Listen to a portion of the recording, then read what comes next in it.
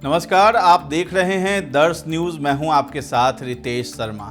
बिहार में पहली बार दलित और महादलित समुदाय को लेकर जदयू भीम संसद आयोजन करने जा रही है।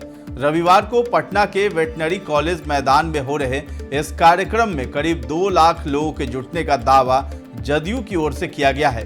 बिहार के मुख्यमंत्री नीतीश कुमार भीम संसद के उद्घाटन करता होंगे। मुख्य अतिथि के रूप में जदयू के राष्ट्रीय अध्यक्ष राजीव रंजन सिंह उर्फ ललन सिंह होंगे। बिहार में सियासी समीकरण बदलने के बाद अब जदयू और भाजपा आमने सामने है। बिहार सरकार लगातार केंद्र पर हमलावर रही है। हाल ही में बिहार में जातीय सर्वे कराया गया और उसके आंकड़े सामने आने के बाद आरक्षण का दायरा भी बढ़ा दिया गया है। नीतीश सरकार भाजपा को आरक्षण विरोधी बताती रही है। संविधान से छेड़छाड़ करने का आरोप भी लगातार लगाया गया है। भीम संसद के आयोजन की वजह भी नीतीश सरकार के कद्दावर नेता सह मंत्री ने बताया है। भीम संसद के आयोजन की वजह बिहार सरकार में भवन निर्माण मंत्री अशोक चौधरी ने कहा है कि बिहार में पहली बार इस तरह का दलित और महादलित समुदाय को लेकर एक संसद लगाई जा रही है। इसमें हमारा समाज पिछड़ा क्यों रह गया, इसे आगे कैसे बढ़ाया जाए, इस पर चर्चा की जाएगी। मुख्यमंत्री नीतीश कुमार समाज के अंतिम तबके के लोगों के उत्थान के लिए चिंतित रहते हैं। उनके आदेश पर भीम संसद का आयोजन पटना के वेटनरी मैदान में 26 नवंबर को किया जा रहा है। मंत्री अशोक चौधरी जनसंपर्क अभियान में ये सब कुछ बोल रहे थे। सीएम नीतीश कुमार करेंगे उद्घाटन। मंत्री अशोक चौधरी ने कहा है कि मुख्यमंत्री नीतीश कुमार भीम संसद के उद्घाटन करता होंगे। मुख्य अतिथि के रूप में जदयू के राष्ट्रीय अध्यक्ष ललन सिंह होंगे।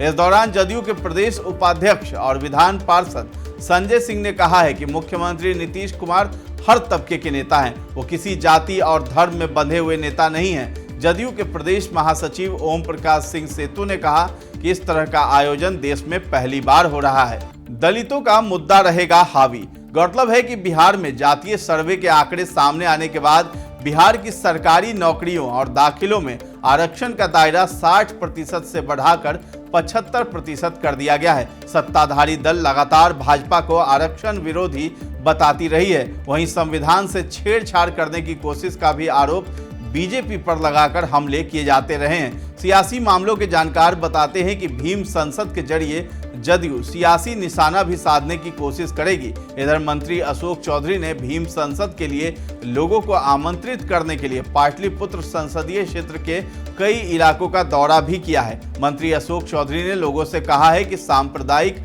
शक्तियां देश को अस्थिर करने में लगी हैं। बाबा साहेब भीमराव अंबेडकर का संविधान खतरे में है। हम सबके नेता और मुख्यमंत्री नीतीश कुमार ने दलितों के उत्थान के लिए बहुत काम किया है, इसलिए हम सभी मुख्यमंत्री के नेतृत्व को और ताकत दें।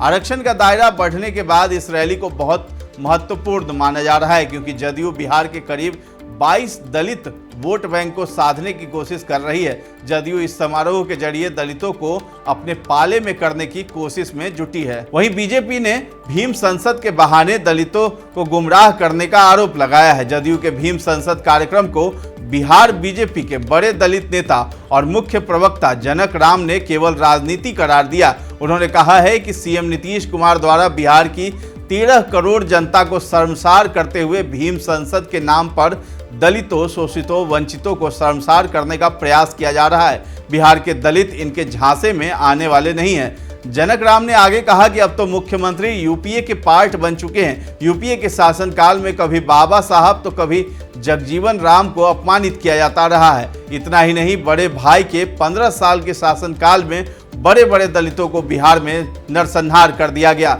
जनक राम ने कहा कि बाबा साहब के नाम पर भीम संसद कराकर दलितों को गुमराह करने के सिवा कुछ नहीं है। वहीं हिंदुस्तानी आवाम मोर्चा हम पार्टी ने कहा है कि महादलित और वयोवृद्ध बिहार पूर्व सीएम जीतन राम मांझी की तरह दलितों को भीम संसद में बुलाकर फिर से जदयू महादलित समाज को अपमानित करेगी।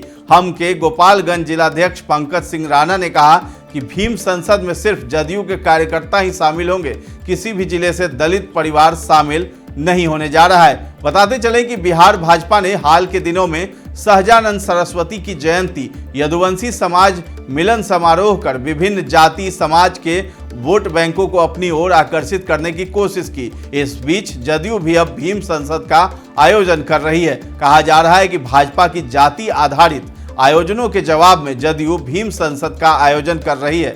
पटना में आयोजित भीम संसद को लेकर जदयू ने अपनी पूरी ताकत लगा दी है।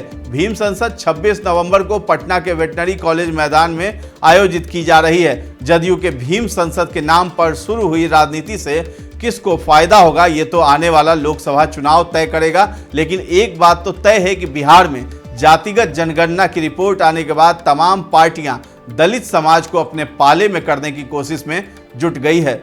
इस वीडियो पर आपकी क्या राय है, आप हमें कमेंट सेक्शन में जाकर के जरूर बताएं और हमारे चैनल दर्श न्यूज को सब्सक्राइब कर लें। अगर ये वीडियो आप फेसबुक पर देख रहे हैं तो हमारे पेज को लाइक और फॉलो करना न भूलें। धन्यवाद।